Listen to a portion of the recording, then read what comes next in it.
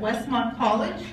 He's conducted educational displays at Westmont campus to challenge the institution on their neutral stance on abortion, and he's made national conservative news doing that. He organized and funded an abortion debate between Scott Kusendorf, the president of the Life Training Institute, and Nadine Strossen, who's a former president of the ACLU, and he is trained in how to engage in pro-life activism at the Center for Bioethical Reform. Please welcome our speaker, Seth Gruber.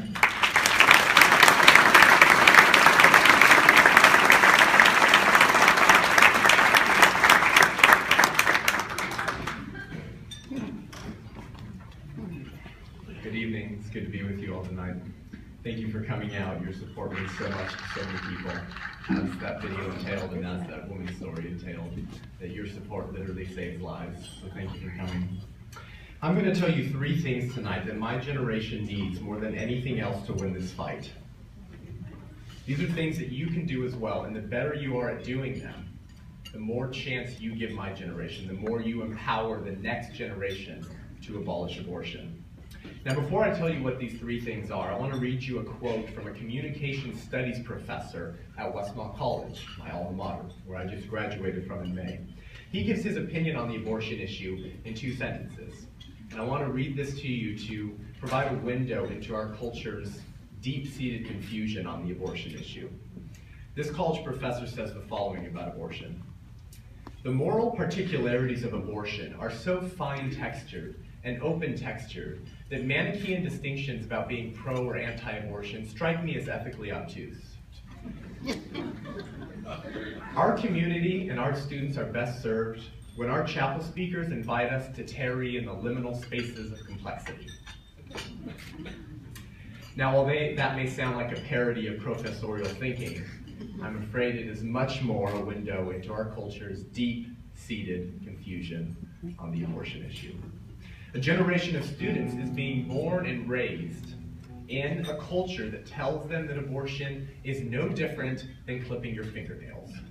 That abortion is a subjective preference issue best left to women's own conscience. And how dare we tell them what decision they should make?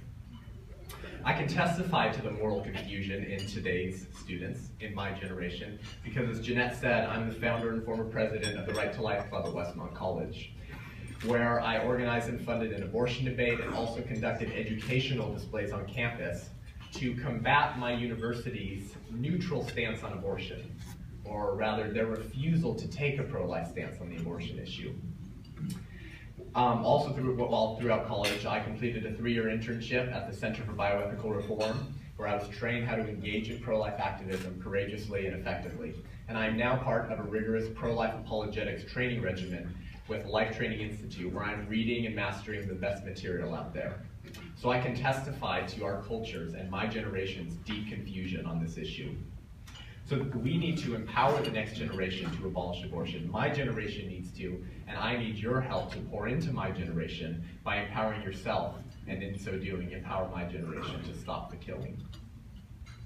Now, you may be wondering or thinking, yes, Seth, we know that our culture is deeply confused on the abortion issue. I've had more conversations than I can think. We know this. What does this have to do about pregnancy care clinics? What does that have to do about supporting women's pregnancy care clinic?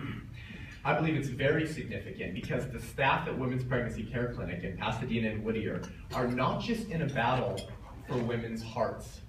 While they are also in a battle for women's minds. There is a worldview aspect to the abortion issue, isn't there? If the women who walk through the doors at Women's Pregnancy Care Clinic believe in moral truths and believe that they should get in line with those truths, then their child will live. If, however, the mothers entering these clinics in Pasadena and Whittier believe that truth is merely a subjective preference issue that changes based on a whim of your own emotion, then her child is in grave danger. So the staff at Women's Pregnancy Care Clinic are not just dealing with fighting for women's hearts and their emotions, but for their minds and for truth. That is why this is significant, and that is why we have to empower the next generation. So I believe pro-lifers can do this. I believe we can empower the next generation to abolish abortion by doing 3 things. 1, we have to engage. 2, we have to equip ourselves to engage. And thirdly, we have to be willing to step up and make painful sacrifices for the pro-life movement. So firstly, we have to engage. The forces against us are scary and huge. And for the most part, we are on an uphill battle. We are swimming upstream. Though we have seen awesome developments in the pro-life movement in the last couple of years. But surrender is not an option. The forces against us may be astronomical, but surrender is not an option. Proverbs 31:8 says, to speak up for those who cannot speak for themselves, for the rights of the destitute. And while that certainly applies to the unborn, and while we certainly should think of the unborn when we read that verse, I want to suggest to you tonight that we should also think of ourselves.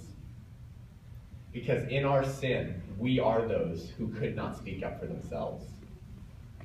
And Christ spoke up for us, and in so doing so, took our sin upon himself. So how can we not speak up for those who cannot speak for themselves, when we were those who could not speak up for themselves?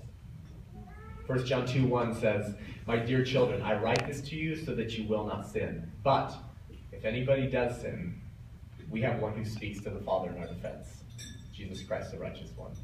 He spoke up for us, so we must speak up for those who cannot speak for themselves, the unborn who are being butchered every year by the millions. So we have to engage. I mentioned my alma mater, my college in Santa Barbara, Westmont College, a wonderful college that I just graduated from in May, and I loved my time there.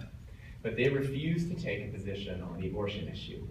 And when confronted about it, they reaffirmed to me that they were not going to take a position on the abortion issue. They are not engaging. And that is something we cannot afford to do. We have to engage. Now, many of you may be familiar with Eric Metaxas's biography on Dietrich Bonhoeffer, and I want to read a brief segment from it to you tonight. One of Dietrich Bonhoeffer's closest friends was a man by the name of Eberhard Bethge. And Metaxas quotes him here, and Bethge is talking about his friend Bonhoeffer and the confessing church's predicament in having to choose between confession and resistance. And I want to read a brief segment from the book for you right now. Bethge says, Bonhoeffer introduced us in 1935 to the problem of what we today call political resistance. The levels of confession and of resistance could no longer be kept neatly apart. The escalating persecution of the Jews generated an increasingly intolerable situation, especially for Bonhoeffer himself. We now realized that mere confession, no matter how courageous, inescapably meant complicity with the murderers. Even though there would always be new acts of refusing to be co-opted, and even though we would preach Christ alone Sunday after Sunday. During the whole time, the Nazi state never considered it necessary to prohibit such preaching. Why should it? Thus, we were approaching the borderline between confession and resistance.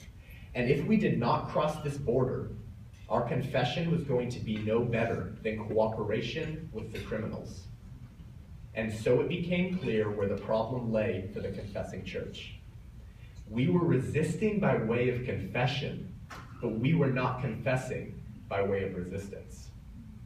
And I believe that is the situation that many Christians are in today who say they are pro-life. We all confess that we're pro-life. We make the confession that we believe abortion is an injustifiable act of violence that takes the life of a defenseless, unborn human person. And we should make that confession. And thank God that we do. But if we don't move beyond that and move to resistance, to engaging our culture on the abortion issue, then according to Bethge, commenting on his friend Bonhoeffer, he says we're really being complicit if we're not resisting. So if we want to empower the next generation to abolish abortion, firstly, we have to engage. Surrender is not an option. 2, we have to equip ourselves to engage. Just as we as Christians should always be prepared to give an answer to everyone who asks us for the hope that we have in Christ, so too should we also always be prepared to give an answer to everyone who asks us, why would we be opposed to a women's issue like abortion? We need to be equipped to answer that question well. Now I want to show you a brief video clip tonight of Kathy Ireland. Kathy Ireland is a former supermodel turned Christian and pro-life advocate. And the video clip I'm going to show you is Kathy Ireland being interviewed by Mike Huckabee on his show. And he asks her about her pro-life views. And she gives a very persuasive response to his question. And I want to show it to you tonight to show you the power that you can wield when you have equipped yourself to engage. So without any further ado, this is Kathy Ireland.